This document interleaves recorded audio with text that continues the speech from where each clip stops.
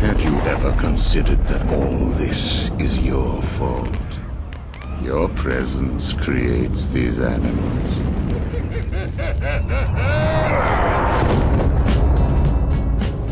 I think as a studio we're a lot more confident than what we were in the first game, because we now know that we can really deliver a Batman experience that's genuine, that's authentic, that really nails high-impact combat, navigation, the forensic detective stuff, as well as this sort of dark psychological aspect of his personality.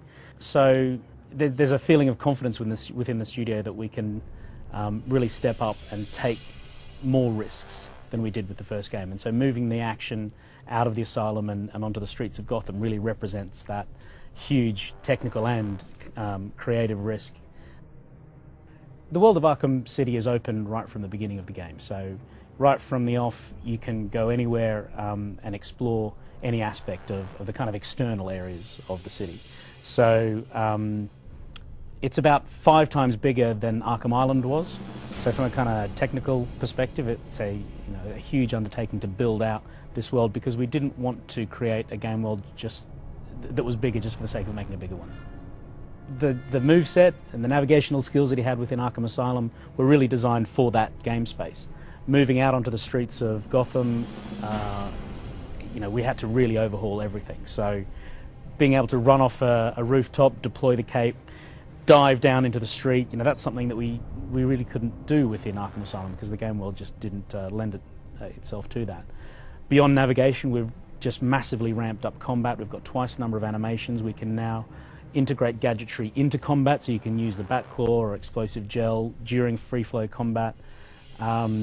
Everything really has been on the table to be reconsidered and redesigned, because nothing was the same for us. We had an entirely new game world, and that really brought about massive design changes, because the challenges that Batman faces within Arkham City are fundamentally different to the kind of challenges that he faced within the Asylum. So we've developed a whole range of new narrative systems that are constantly bombarding the player with story and narrative elements wherever they go. So we're not just relying on cinematic cutscenes to progress that narrative path.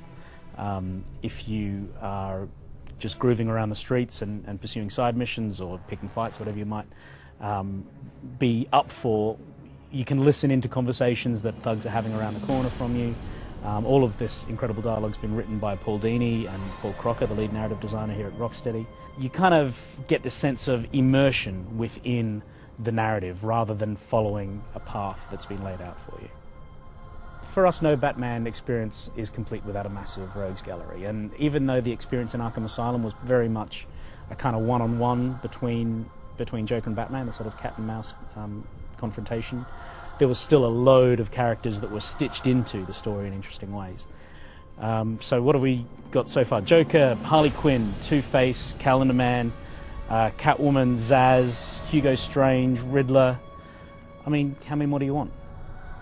For us, creating a game that really stretches every aspect of Batman's personality is the key. So not just combat, not just navigation, not just forensics, but also that dark psychology is a really critical part of delivering a complete Batman experience.